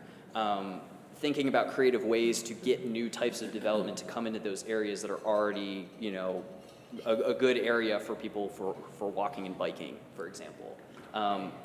I think, you know, a big consideration especially is like anyone that's on this side, if they're staying on this side, if they're living on this side, how do you get them to not have to even drive their car around? That way they don't have to clog up the roads around here. That way they're not coming into conflict. I think the big thing with all of this, and it's hard for people to understand and think about because, you know, everyone drives there, but grocery stores. Grocery stores, I mean, back 50, 70, 80, 90 years ago, you know, people were going to the butcher, they're going to the baker, you know, they're going to the different stores and getting these different produce items and things like that, and it's a daily activity. They're going every day and getting these sorts of things. We all, you know, pack our car full and go to, you know, Giant or wherever and get all the groceries all at once, but if you have a corner store or, you know, even, you know, like a smaller sized grocery store that people could walk to, you know, especially people vacationing, right? Like think about it, they're probably going out to eat a couple nights a week. Then maybe they're cooking once or twice. Maybe they just need to go pick up a couple things and they can walk back home. So thinking about those types of destinations, where people want to get to, where people have to get to, how do you get them closer to those destinations so that you don't have to, you know, stretch out the amount of distance between them? It's a long-term thing. It doesn't fix the immediate connectivity issues necessarily, but at a certain point, as we're kind of talking about, as the issues get worse and keep getting worse, we've got to think big picture about, you know, what should we be doing differently or what can we be thinking about that's different. And so that's where the density and the destination proximity comes into play. And I know a lot of folks have concerns when we talk about things like density, for example, especially when it comes to housing density. But there's no silver bullet for any of this, but you know, a dense, compact, walkable environment is about as close to a silver bullet as we can get. So that's number one. Number two is connecting those low-stress networks can drive the modal shifts. As mentioned, you know, physically enticing environments or, you know, traversable environments where there's no major impediments, those are the things that unlock this opportunity for people. So where can we build those spurs on our spine networks? Like I kind of mentioned, the Georgetown to Lewis Trail is a spine. How can we build spurs to better connect people into that? Or how can we create new spines where they aren't there now? And then also, how do we think about that large-scale connectivity that'll get you in between different towns while also balancing that kind of micro-scale or micro-mobility sort of issue that we're talking about, getting within the town to your destinations? So, you know, in general, I think what the governor kind of thinks about on this topic is, you know, like I kind of mentioned, there's a lot of safety things we can do. There's a lot of infrastructure we can invest in. A lot of that is expensive and may not ultimately solve the problem in the way that we want it to. And the best way you can solve a lot of these challenges, especially with the conflicts with vehicles, is to just put people in closer proximity so they have less opportunities to run into a conflict. So I will close here with one more slide I've got, and I apologize because I'm now realizing the text is very small on this, so I will read the slides so that you guys can understand. But there's a couple pieces of legislation that have some impacts on this, some in more immediate ways than others. I heard from someone ahead of time that HB 363 was a topic of conversation that folks wanted to bring up. So this is one that the governor is currently reviewing now. He is making his way through over 200 different bills that have been signed, and so it is taking a while. He likes to read every bill and know exactly what he's signing, which I think is a good thing in general. So HB 363, this bill would lower the statutory default residential speed limit from 25 mile an hour to 20 miles an hour on residential roadways. So this has a 5-year implementation timeline. It kind of depends upon, when the local officials can get out and change those signs. But essentially it would go into effect once the signage is changed, and it gives folks 5 years to make those signage changes. Obviously speeding is one of the biggest drivers of crash severity. The faster people are going, the more at risk they are. There's a lot of research out there that shows the difference between getting hit at 15 or 20 miles an hour versus getting hit at 30 miles an hour is astronomical. People can generally make it out okay a lot of times if they get hit moving slowly, but if they're getting hit moving fast, it can be tough. So that's one of the opportunities coming up. The governor's looking at that. I will keep you all updated. 2 other bills that have impacts on active transportation, kind of in this land use context that I'm talking about. Some of these, I'm assuming some people have heard of a couple things here and there in the news about, because there's been a lot of talk about it recently. But first is SB 23. This is the Housing for Every Delawarean Act, and it affects jurisdictions over 2,000 in population. So Bethany Beach is not affected. However, you guys could do it if you wanted to. Essentially what it does is it requires local governments to adopt affordable housing plans within their comprehensive plan.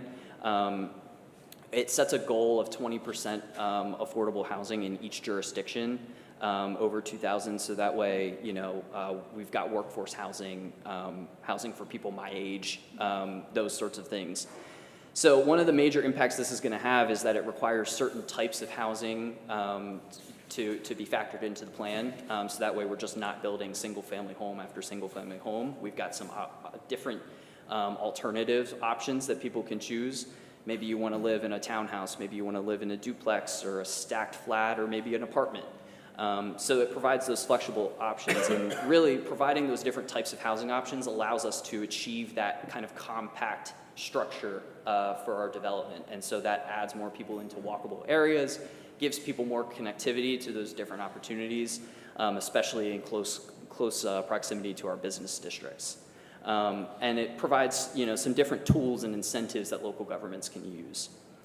So really, at the end of the day, what we're talking about here is increasing the housing supply in our areas that are walkable and bikeable already. And so that way we're maximizing the amount of people that are in those areas and don't have to travel really far on roads that aren't safe to get to those areas. So that one is going into effect. We have been rolling out some guidance and talking with other local governments who are impacted. The other bill that I wanted to talk about is HB 450, and this is one kind of to your point earlier about developers and making sure they pay their fair share. So our existing model, the way that DelDOT typically worked, is they would do they would require developers to do a traffic impact study. The study takes a very long time. It's built on principles from the 1970s that are now relatively outdated for what our technology factors in now. And so this shifts them. Instead of doing that study model, the study spits out a number and then they've got to do the road improvements based upon that study. Instead, we're just going to assess them a fee immediately. So when the developer's coming in, before they issue their building permits, they're going to have to pay a fee to DelDOT, and that fee is going to pay for the road improvements associated with the project. The fee is higher outside of growth areas than it is inside of growth areas, and that's meant to encourage more development in the growth areas and also making those developers that are building kind of the sprawl type of stuff that we don't want to see making them pay their fair share, so that way, you know, they're paying for the, you know, the roadway improvements. 2% of all of the revenue that's collected from this fee is diverted into open space and active transportation funding programs. And so every project that comes in not only is paying for the road infrastructure in their area, but it also is getting a fee that we'll use to pull together for other types of trail projects, shared use path projects, open space projects, et cetera. The one thing this really does in particular is this helps us drive a lot of the mixed use development. And so, you know, talking about destination proximity again, we want to put people in close proximity to their destinations, and if we can do things that'll activate more mixed use development, reduce some of the uncertainties that a lot of developers have, they'll be able to make more calculated opinions on what they're going to build and how they're going to build it. And then from there, you know, we'll be able to, you know, kind of use those funds for beneficial purposes. And then local governments who meet existing density requirements as well get a say in how those funds are spent. So they're pulled at the county level, and then local governments get a say as long as you meet those density requirements, which, as far as I'm concerned, I believe Bethany Beach is going to have no problem meeting those requirements. So overall, a couple pieces of legislation this year that do have some impacts, and talking and thinking about this, you know, compact development that really does, you know, help to spur walkability and that destination proximity that eliminates the conflicts that potential roadway users might have with vehicles. So overall, a lot going on in this space, but we're also at the front end of starting to think about our policy proposals heading into next legislative session.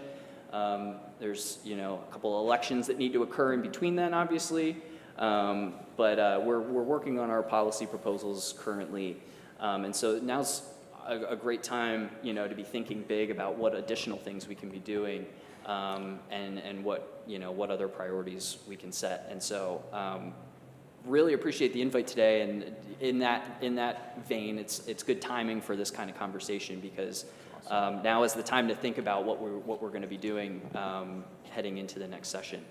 So this is my last slide. This is all I have for today. So I'm happy to take some more questions and hang out for as long as folks want to talk about things. But So Colin, can I ask one thing, just in the interest of time? Sure. Since we're going to have you and Yeah. we're going to have lunch, if you have any other questions specifically for Colin, he'll be around during and after lunch. We'll actually let him eat and answer a question at the same time. But Colin, really, thank you so much. This is great. It was great to meet you, and we're looking forward to continue to collaborate and partner with you. This is awesome. yeah, likewise. Thanks again for having me. Really appreciate it. This is one of my favorite things I get to do in my job, is come and meet with folks like you that care about things like this. So Yeah.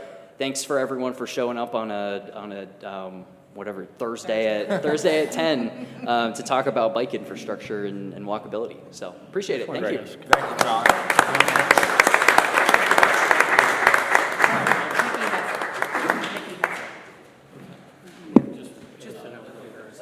I'll just ask him to email it. He'll email it. All right, in the interest of time, what I'd like us to do is focus on focus on Julie's piece around our next stage, okay, because that's really important. But Colin, this is really for you. This is something we've talked a lot about. The banner, the theme we use for all our efforts is around WAVE. And actually, Dan sort of invented this 3 or 4 years ago. And it was the idea that, you know, it's a very friendly place. People do wave at each other. But he tied the acronym of WAVE to wait, assess, verify, engage. So for just about anything, whether you're a car, pedestrian, or bicycle. And we sort of build off of that. And then what we've been working on this is just a really simple chart, an umbrella of topics we're trying to focus on. And so we have different topics and different specific topics we want to address. So this phase that Julie's going to talk about is a digitizing part of that. Okay. So Julie, let me turn it over to you. Okay. Yeah, so our next step, what are we on, wave 4? 4.0, I believe, or 3? Yeah, we've this excellent idea to begin with, Dan. So we've just been rolling along. And our, to see where it's come now, we started with a brochure with a little YouTube video. We needed to freshen it up and address some of the issues that we felt were the most important, and what would be a good way of addressing it. So we decided to run with a community engagement series where sort of a man on the street interview situation, and the videographer did a wonderful job in selecting the actors, and you might even recognize some of the ones on here. So what he did was he posed a question. We narrowed it down to 6 questions. Posed it just to general strangers on the street, and then the answer was given by 2 of our committee members. And it's a 3-part series, and this is the first one.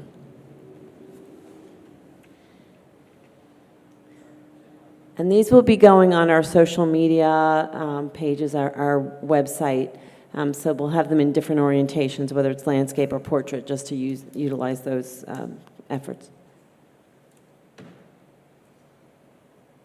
So this is the third, first.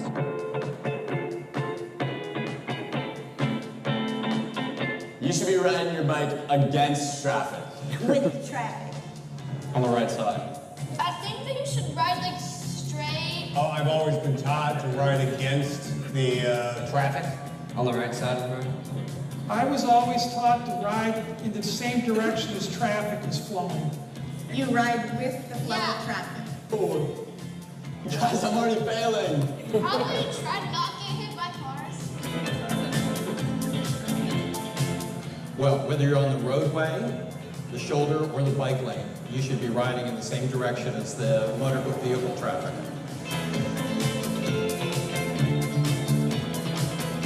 Always wear illuminated clothing, either vests, which are bright yellow, like construction workers use. By wearing bright colors.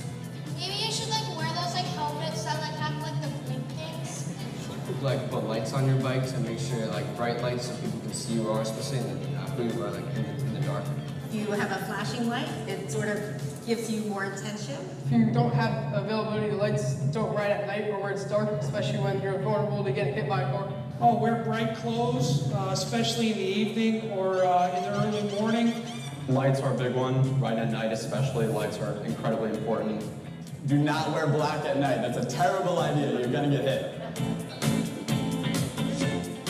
The idea of visibility, you think you're out there with cars, you're out with other pedestrians, right? You want to be seen. So the first thing about it is just what you're wearing, right? Having something that's bright, that's like fluorescent to some degree, like a yellow, a really hot pink. You also want to have things on your bike that help accentuate that. So that might be a rear light as well as a front light. The light in the front is always white. That can be flashing, that can be on some kind of a rotation.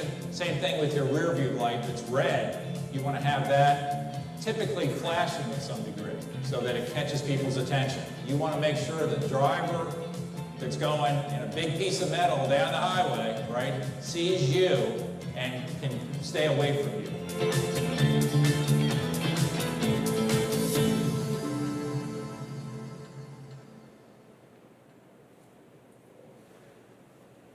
Okay, so that was the first one. We have another one, and you'll notice it takes place in Bethany, so it's consistent with all of our messaging already. And Office of Highway Safety is going to share this on their pages as well, so just more coverage. So that was the first one. We have one more that interviews. I think he did a good job with the cross-section of people, too. It's simple, like if you fall off your bike, you want to protect your head, because that's like really important. In case you get hit by a car. In the event of a crash, your safety, especially in the head, is of the utmost importance. No one wants to deal with a concussion. Brain injuries are very scary, very deadly. So like if someone crashes into you or something, you don't break your head open and die. Oh, you get severe head injury. Bicycle helmets were never a thing when I was little, but I've seen so many people get hurt without them. For the safety of the rider itself, in case you were to fall, you would avoid a concussion. The helmet like absorbs the impact and it will like lower the risk of like having brain damage? I mean, the obvious one is to protect your head if you fall. I think falls happen a lot more often than people anticipate or would imagine. And the second, it looks cool, and you should be wearing a helmet to encourage other children to wear helmets. Wearing a bicycle helmet is very important. The most important reason is we only are given one brain, and you need to protect your head. You can never tell what's going to happen when you're out biking, and if you were to have a fall, that helmet could save you a lot of problems. And the second reason is if you're under 18 years of age, the state of Delaware requires that you wear a helmet when you're operating a bike. It also helps if adults are wearing a helmet to model behavior for children. What do I always tell you to do? Wear your helmet. You can teach them at a young age to wear their helmet. Oh, just teach them all the basics. Or they're behind the adult, that way they can see where they're going. When we were raising our kids was to go out on the bicycle with our kids at the same time and teach them as you're going along all the rules of the road. I think a good bit of that is just leading by example. If you're an adult or someone even slightly older than children riding bikes, showing them how to properly ride bikes is important. Encourage them to wear those helmets. Probably starts number one with training, right? To make sure that the kids are trained the right way. What are the rules? What are the procedures? Share that with them and then make sure they have those skills and capabilities. Parents role modeling that behavior with their kids, right? Wear your helmet, wear your helmet, wear your helmet. Make sure they have their helmet on. But if I don't have it, what signal am I sending? So then the third one is just all the bike rules with no interviews. And it's just a way of trickling the message out, a new visual, and it would be the series. So this would be the final in the series. Awesome.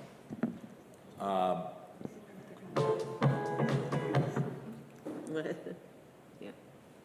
Go ahead, I'm sorry. Well,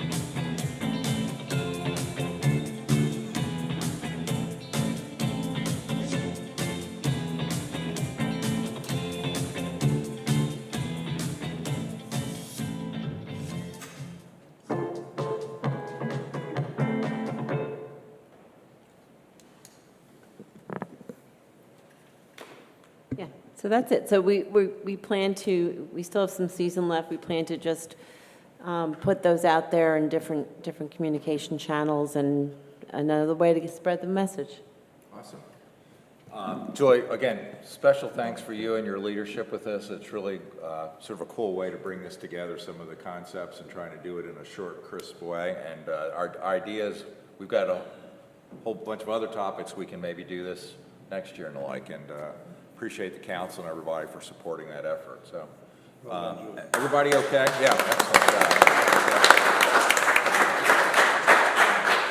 Thanks again, Julie. So let's open it up for public comment. Charlotte, you're here. Did you have, please, if you'd go to the microphone.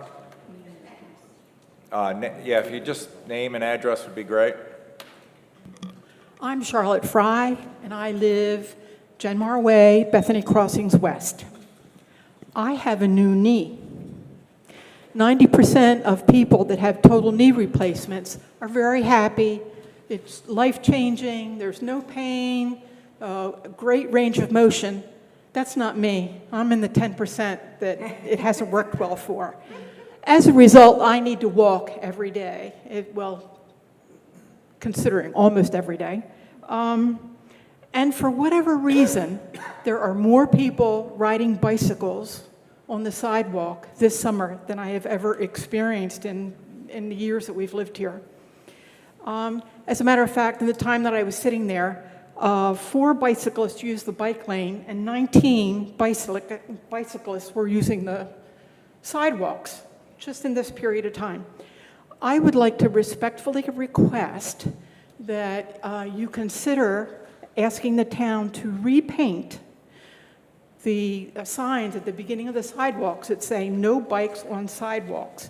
I would also like to tell you that I had a flashback to that commercial on television, Lifeline, I fall in and I can't get up. That was when a motorized scooter came and forced me off about 2 weeks ago, off the sidewalk. So it is an ongoing problem, and I just ask for your consideration. And again, I thank you for what you do, because you keep our town beautiful, wonderful, and well-run. Thanks. Thank you. Thanks, Charlotte. That's a topic we hear and we're always struggling with. I know we've cited people, we've done other things, but it certainly is not getting better. And we're not talking about kids on tricycles, we're talking about big bikes, right? I can see the kids on a tricycle kind of thing, or training wheels. That's not what we're talking about. And so that's on our list of things to address. So thank you, Charlotte, for that personal testimonial. That sort of brings it to life. Sir? Oh, okay, we have 2 more folks for sure. 3 more folks, okay? All right, well, let's move it along. Go ahead, sir, in the back. Did you put your hand? Yeah. And then we'll go, Keith, and then Ron. Okay. Bob Shields in South Bethany, South Bethany Pedestrian Bicycle Safe Committee. Yep. Quick update on what we've been doing. Yeah. We had a July bike rodeo, successful, about 200 attendees. Oh, wow. Great support from Del Dot and from ABC. Other item I just wanted to update you on is, you remember in March I briefed you on our plan to do the Orange Flag Project. And we did submit it in March to Del Dot. Hope to have it in place by Memorial Day for the summer. The plan was to do 2 of our 13 crosswalks with the orange flags. Yeah. Unfortunately, that didn't work out. Took 4 months to get it through they had to go up to the AG, liability, all that stuff. Took 4 months to get it approved. And so we had it approved a month ago, but then we had to go into the permitting process. So we're still waiting for that to get accepted. And hopefully we're going to still have some time, maybe late summer here, before we can try it out. We're planning on 2 crosswalks. You may know that our neighbor down to the south just decided to go ahead and do it. And that might have been the better process, because they've got them out there, and you probably may have seen the spots on TV that at least the people they interviewed were very, very favorably impressed by this project. So that's all I wanted to say. Thank you. Well, thank you, because we've had people in Bethany be interested in doing the same thing. So thank you guys for being the guinea pigs and kind of figuring out how to make this happen. Clear in the regulatory process. So when you get that whole thing figured out. No, seriously, thank you. Excellent. Keith?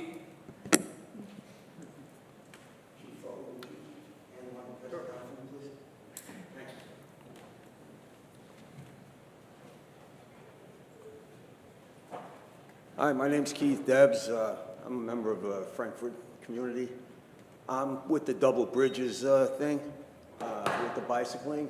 I'm starting a business called Beach Bicycle Shuttle that I think will give the residents an option to the problem you have on double bridges, where we're going to actually go to a client's home, pick them up with our van, take their group of people on the van, down to Bethany Beach here, maybe Atlantic Avenue, municipal spot, drop them off safely, let them do their thing. The amount of hours doesn't matter. And then we'll come back and pick them up and bring them back to their place where we started. We have one option here at Bethany. I'm going to do another option down probably around Collins Avenue and Dewey. And basically, that's what we're going to do, try and give at least an option from that Double Bridges, Murder Row, whatever you want to call it.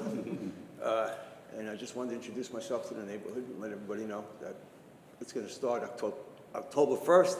I was going to start in September, but my wife said for my 40th anniversary, she's treating me to Italy, so I had to bite the bullet and go to Italy for a couple of weeks first. So, if you have any questions or anything, please feel free to give me a call or ask me. I'll stick around for a while. And basically, that's it. Great. Thank you, Keith. It's an interesting and cool idea, so it certainly is a way to sort of merge the economic need, the safety need, and people's needs, so. Yeah, I saw a niche, and I thought maybe this would be an option for residents to have at least. Yeah, cool. Thank Great. you. Thank you, sir. Appreciate it. Thank you for being here. Mayor?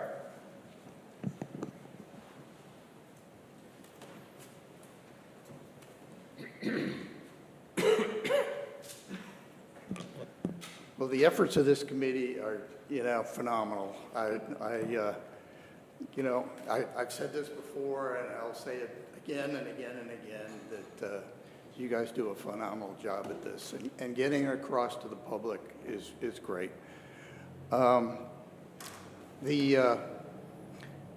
Looking to, some of the things in the back. Oh, and thank you very much for coming down and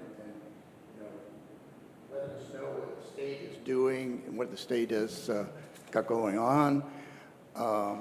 It's good to hear that efforts are going on. And, as a committee here, you've had a strong point in getting the town to, bring all these enhancements, the crosswalks, this intersection right here, all to fruition. It's been really good.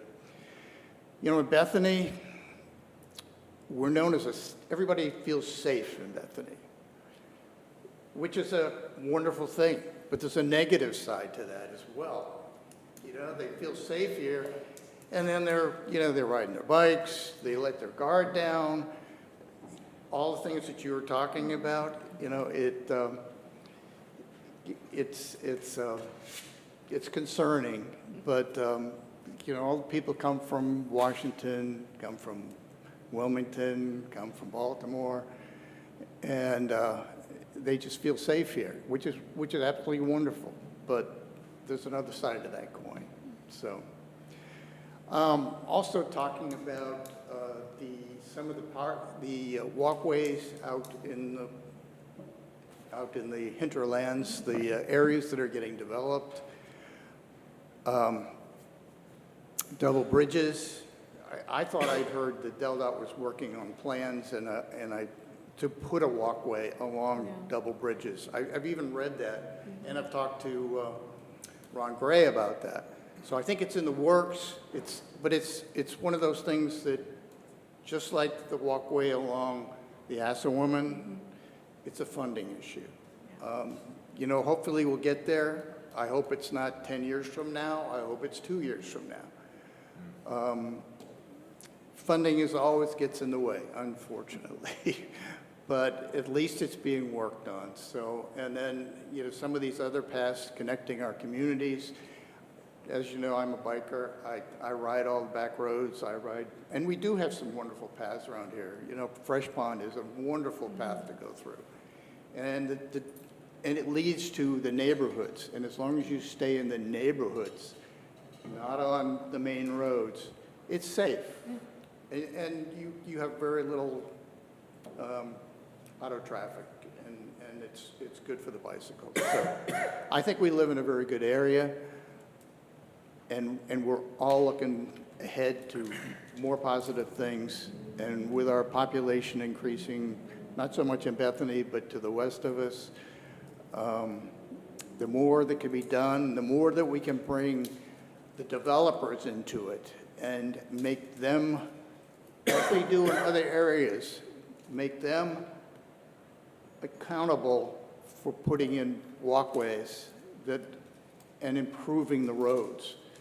It's been done, and it can be done. So, thank you. Thank you, Mayor, appreciate it. Any other public comments? Okay, do we have before we adjourn the meeting, I just want to highlight, we do have lunch available in the back. Colin's going to be able to stay with us for a while, so if you have any specific questions, I know I sort of shut that down a little bit, but he will be here with us. I just asked, let Colin get something to eat first, and then we'll maybe actually even get a couple bites, and then we can, but Colin, again, thank you for being here. I know we had a couple council members here as well. Thank you very much. And so do we have a motion to adjourn? I so moved. Thank you, Diane. Second. Second. Vote, all in favor? Great. Thank you all. Appreciate it.